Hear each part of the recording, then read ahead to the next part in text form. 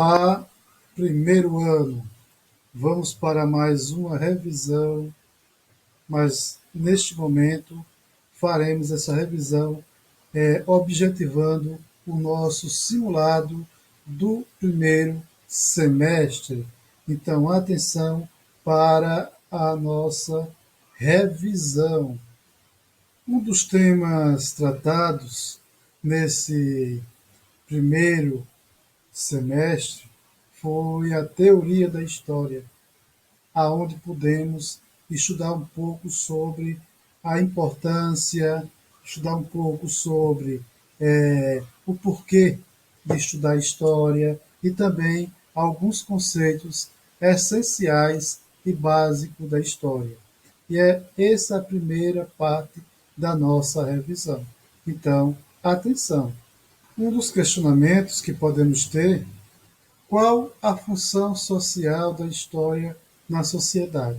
Uma frase que é bem propícia para esse momento diz que o historiador é o profeta que olha para trás. E muitas vezes o historiador passa a ser, entre aspas, mal visto, porque ele está ali para lembrar a sociedade do seu passado. Mas ele não faz de olho apenas no passado. Ele interroga o passado para entender o seu presente. Então, a história ela tem uma importância fenomenal para nosso dia a dia, para a nossa sociedade. Logo, uma sociedade sem memória é uma sociedade morta. Uma sociedade que só olha à frente e não tenta entender o seu caminhar, ela está fadada ao fracasso. Por isso que o historiador em si, ele tem a importância de fazer essa lembrança à sociedade. Mas a história não é algo que se nasce de uma hora para outra, é todo um processo. A história é feita pelos sujeitos históricos, seja de forma individual ou de forma coletiva. Vimos que a história ela tem como base cada um de nós. Cada um de nós fazemos história. É claro que muitas das ações elas acabam não sendo entrando nos anais da história, mas cada um de nós somos sujeitos históricos, no contexto micro ou no contexto macro. No contexto micro é nas nossas relações do dia a dia, aquilo que fazemos no dia a dia, que impacta principalmente o que está ao nosso redor. Mas muitas vezes esse nosso trabalho micro ali, a nossa participação na nossa comunidade, seja ela familiar, seja ela de bairro, ela acaba também elevando para a construção da história em termo macro, ou seja, que envolve toda a sociedade. Então, nós somos sujeitos históricos, construímos história. Portanto, a história é de suma importância para a sociedade e cada um de nós somos sujeitos históricos, produzimos história. Logo, a história é a produção da humanidade, o passado da humanidade, a análise das trajetórias que os seres humanos fazem ao longo do seu percurso histórico. Outro tema que estudamos foi a origem. Qual é a origem do ser humano? Estudamos, em paralelo, duas teorias: a teoria criacionista e a teoria evolucionista. É claro, uma de vertente religiosa e a outra de vertente científica. Então, vamos fazer só uma observaçãozinha e relembrar algumas coisas que estudamos. Quando estudamos sobre a origem, vimos também que no chamado Paleolítico, logo a história na divisão tradicional, europeia, ocidental, dividiu em pré-história e história. Na chamada pré-história, existia um período chamado de Paleolítico. No Paleolítico, vocês lembram muito bem, paleo significa velho, antigo, lítico significa pedra. Essa palavrinha então vai significar pedra velha, pedra antiga. Foi o período mais longo da nossa história. Foi quando o ser humano ele se desenvolveu em suas habilidades, passou por um processo de desenvolvimento. Então, os seres humanos passaram, neste momento, por um processo de desenvolvimento de experiências, sejam elas sensoriais, como afetos, como os sentidos, as experiências de a inteligência, não é? Essas experiências favoreceram a construção do saber também, diferenciando dos outros seres vivos, dos outros animais, nessas experiências também, como caçar, produção de ferramentas, domínio do fogo, o uso da pedra, ossos, madeira para a construção de das suas ferramentas, ou seja, foi um momento de construção, de acumulação de experiências. No Paleolítico também, os homens eram nômades e eles dependiam diretamente daquilo que a natureza os oferecia. Então, se no ambiente que eles tinham, tinha alimentação, tinha abrigo, eles permaneciam um bom tempo naquele lugar. Mas caso eles não encontrassem o que mantivesse ali, eles sairiam em busca de novos ambientes. Eles eram coletores, caçadores, por isso eles não podem ser considerados agricultores. Eles eram nômades, não tinha residência fixa. Continuando sobre a origem do ser humano, é interessante falar sobre o processo de seleção natural. O que é a seleção natural?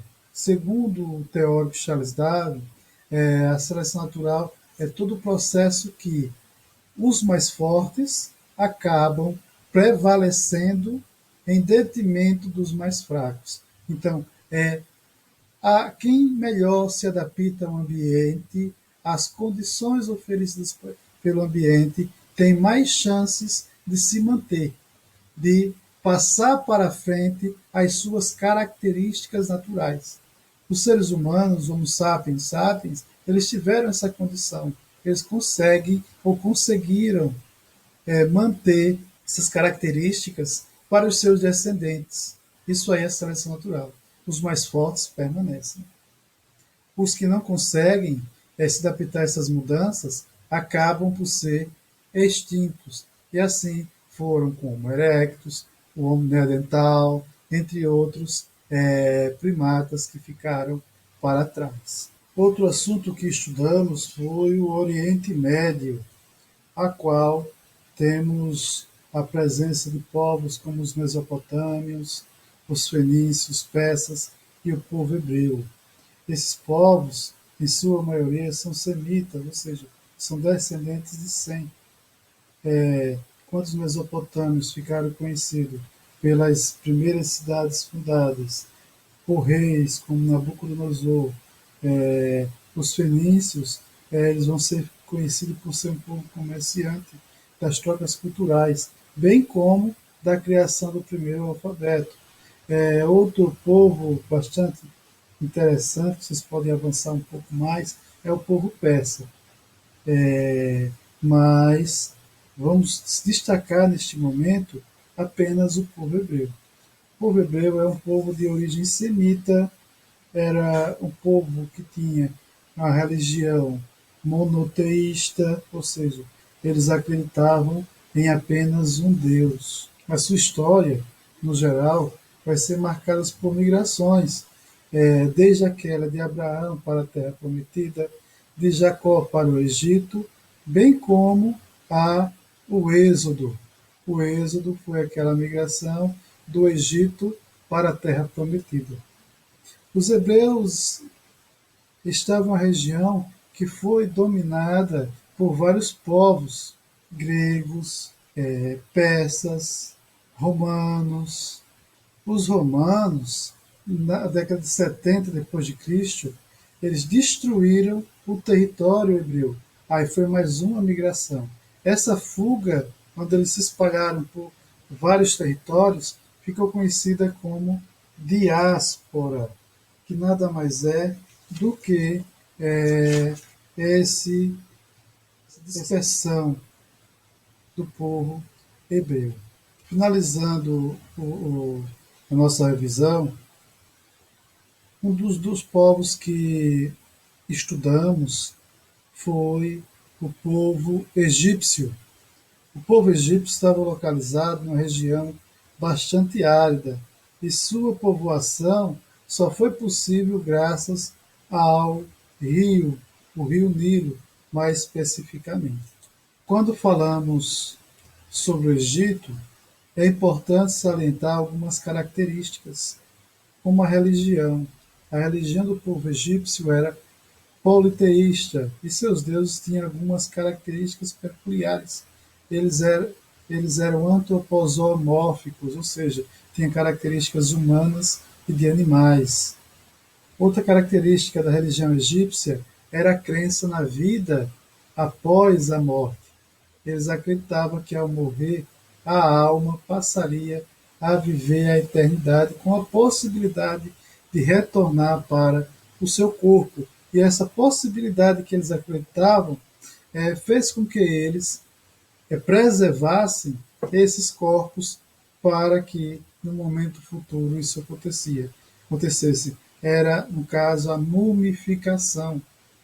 Aí eles passaram todo aquele processo que colaborou também para o aprimoramento da medicina no Egito. Outra característica era o rio Nilo. O rio Nilo foi essencial para o desenvolvimento do Egito. Logo, ele foi o ponto principal foi a fixação da população, a questão da agricultura. Interessante que no verão o rio tinha o seu enchimento, o transbordo, e no inverno ele havia o seu voltava ao leito normal. Quando ele voltava ao leito normal, ele deixava as suas margens bastante férteis para a agricultura. Então, entre as cheias e as vazantes, quando aconteciam as vazantes, a agricultura era feita naquela região. Então, o rio Nilo foi de fundamental importância para o desenvolvimento do Egito, principalmente em relação à agricultura. Ele tinha uma característica, essa característica era que chamava muito a atenção das pessoas. Logo no período da vazante, que acontecia no inverno, era o momento da agricultura. Mas as cheias, o rio saía do seu curso normal, era durante o verão. Isso daí levava algumas pessoas a criarem teorias a respeito dessas características do Egito. Finalizando mais essa revisão, gostaria que vocês estudassem, buscassem estudar e não deixar de fazer o simulado. É importante. Ele terá como finalizar os 2 primeiros bimestres. Então, uma das características desse simulado é fechar os 2 bimestres. Então, é muito importante que vocês façam esse simulado, que logo, logo vai estar disponível o link para vocês.